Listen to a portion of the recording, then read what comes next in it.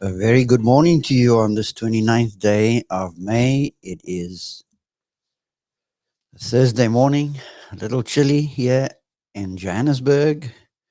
But if you've joined us, you have reached the fifth connection, where we are talking through the storyline of the book of Philippians. Paul writes a letter 10 years later after the founding of this believing community. And he writes to them because he is coaching them on the issue of what having the mind of Christ is all about. Because being mindful of the risen Lord, having his mind permeate our mind, having his mind living through us and in us, so that in a very definite way we are dying to think. Because in this section of the text, after he has spoken about vital relationality in chapter 1, how that mindfulness inspires connections, human connections between people through cordiality and collaboration, since there is continuity and caring ultimacy for each other inside of the assembly. He then moves on into chapter 2 to talk about modal cruciformity, how that our thinking is to be cross-shaped, because mindfulness ignites cognitivity. It ignites the thinking process, because the thinking process is embodied. It happens inside of an organism called the assembly, made up of individuals in whom the mind of Christ is to be resident and to be lived out. And so we saw that in the first 11 verses, the meta mind. The Christ mind is a meta mind. It functions way beyond, inside of, and beyond his creation, because God exists outside of time. And he also relates into time. In him we live and move and have our existence. And so the writer in the first 11 verses talks about embodied knowing. It's having the Christ mind. Now he starts to talk through the macro mind, which is the mind of the believing community that needs to be Christ-minded. And then he's going to he picks up two individuals. He particularizes the Christ mind in the lives of two men. First one is Timotheus. Second one is Epaphroditus. Timothy and Epaphroditus. And he starts to talk about Timothy in a very special kind of way. Special in the sense that Timothy is one who was his understudy, one who traveled with him, one who comes from a mixed background, a Jewish mom and a Gentile father. So he gives us a sort of a pavement special perspective of what being Christ-minded looks like when it is lived out in the real world. I've often thought about the great impact that people from mixed race or a mixed background or colored, the impact they could have had as the people of God in the Truth and Reconciliation Commission. They could have functioned as the bridging peoples the group that would bridge the gap across the racial divide. But you see, when the assembly loses its way, it's amazing how we're given to all kinds of side issues and infighting and party laudation. And we lose sight of the target and sight of the goal. And so Paul starts talking through the storyline of the meso mind, what it looks like when it takes up residence in somebody's life. And Timothy is the first one on the floor, because the text is very, very specific. The text says, I have no one like-minded who will naturally care for your state. Paul says, no one like-minded, no one like him who has this mind. Verse number 20. He is like-souled, the word there for one who is like-minded. And soulishness is that which connects us to our circumstances. We are not souls floating around in midair trying to make sense of reality. We are grounded inside of a real world context. And our soulishness is what connects us to our circumstances. Well, there's none like him who will genuinely, or naturally be concerned for your welfare. How many do you have in your life who are genuinely concerned for your welfare? When I used to talk to school kids not too long ago, I would say, how many of you have friends? And the class's hands would go up with one accord. And then I say, how many of you have good friends? The hands would stay in the air. How many of you have best friends? Hands would stay in the air. And then I would say, how many of you have a friend who would take a bullet for you? And then the hands drop. Because a friend is one who will take a bullet for you. And you won't have many of them across your lifetime. Sometimes those friendly faces change across a lifetime, many times. A few of us get to the end of the road with friendships intact that we have cultivated across our lives. And they're the kind of individual that you could call at midnight when everybody's sleeping, and that's the person who would give you airtime, listen to you. Paul says, I have no one who will genuinely care for your welfare. No one like him. What a great plus in a young man's life.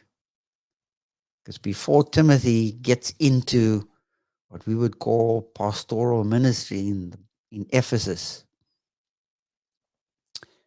he's spoken of very highly by Paul.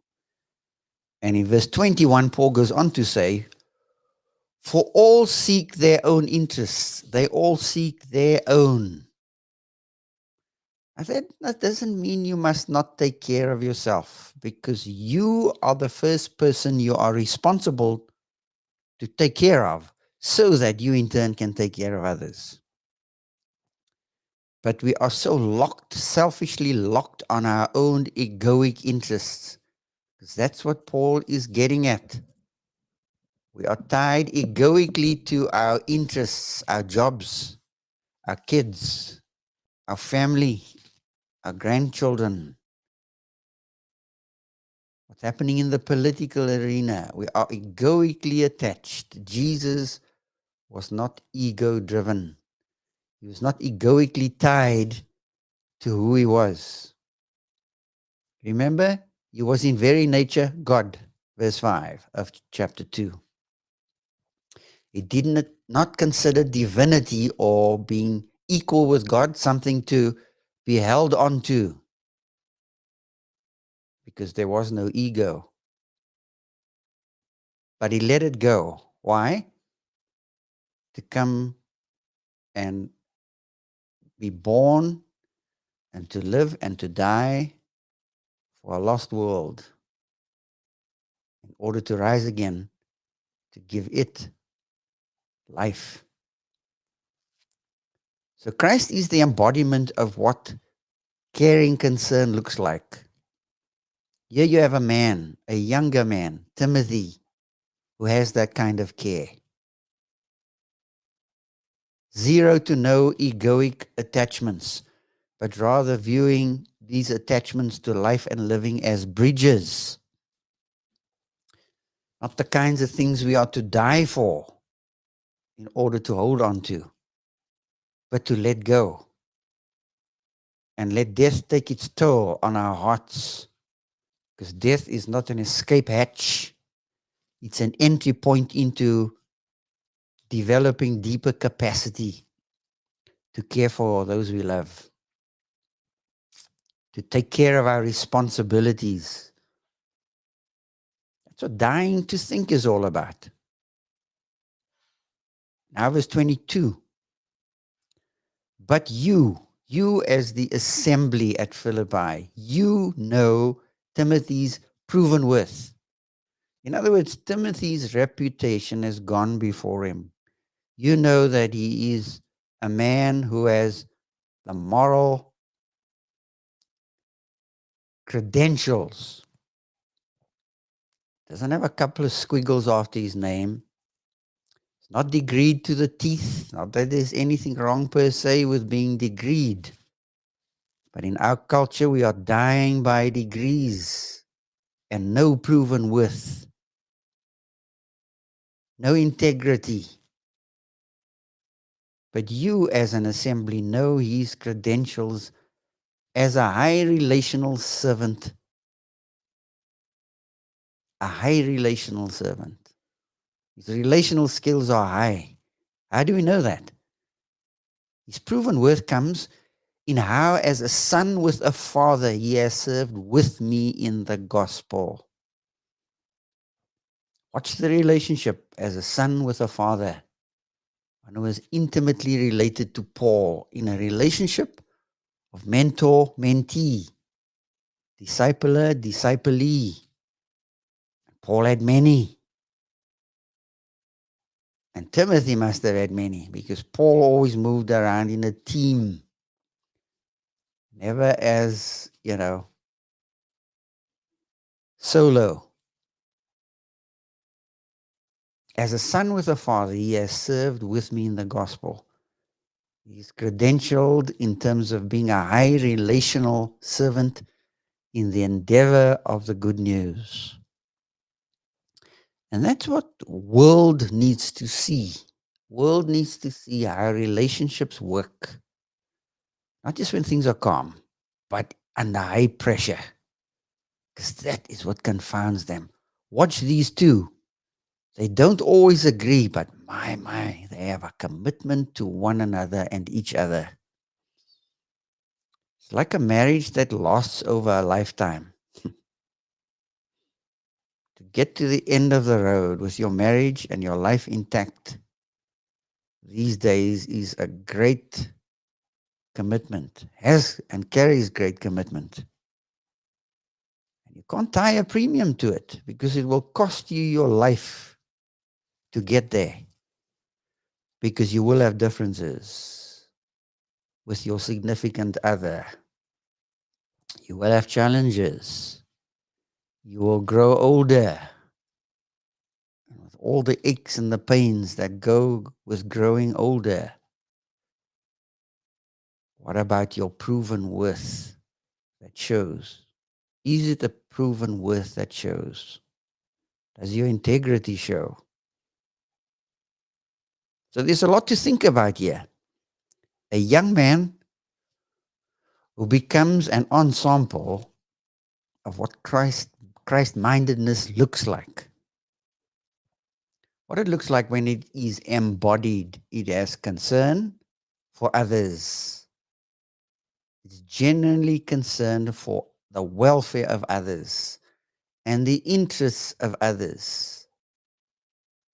And that's why if you want to be involved in developing people, maximize their optionality. Can I repeat that? Maximize and magnify their optionality because they have great potential that needs unleashing. But it's going to take you, sacrificial sacrifice, of pouring your life into that person or persons, into the life of your family, into the life of your kids, into the life of your wife, so that eventually when it shows, there's great potential that oozes. Magnify their potential. Oh, we live in such a selfish world. I maximize my own potential all the time with no regard for the potential of others. Because God has a way of covering your back when you look out for others. He covers your back. He's got your back. We still have 2 more or 3 more lines in that story about Timothy's life, which we're going to look at in the next episode. But you have enough food for thought for today. Does your credential of high relationality, does it show? Are you one of those secret agents? You don't want people around you and you don't want relationships because relationships cost. They cost you energy. They cost you commitment. They cost you at times failure. They cost you injustice. And they will cost you betrayal. If you've never been betrayed by a friend, then you don't know what I'm talking about this morning. But if you have tasted betrayal by those or from those closest to you, then you know the bite of the nail of that one. But in spite of that, love can function because love does not need the context of a relationship to function. When you get a speeding ticket along the street, you need a wonderful relationship with the traffic officer in order to process what you're going through. Do you have a love relationship with him? No. There's no relationship, but love can still function because love rejoices in the truth. Even when I violate the speed limit, I will be ticketed. And I take that on the chin. That's love. So as I sign out this morning, trust you would have a good day as you go with God, as you walk with him. Goodbye for now.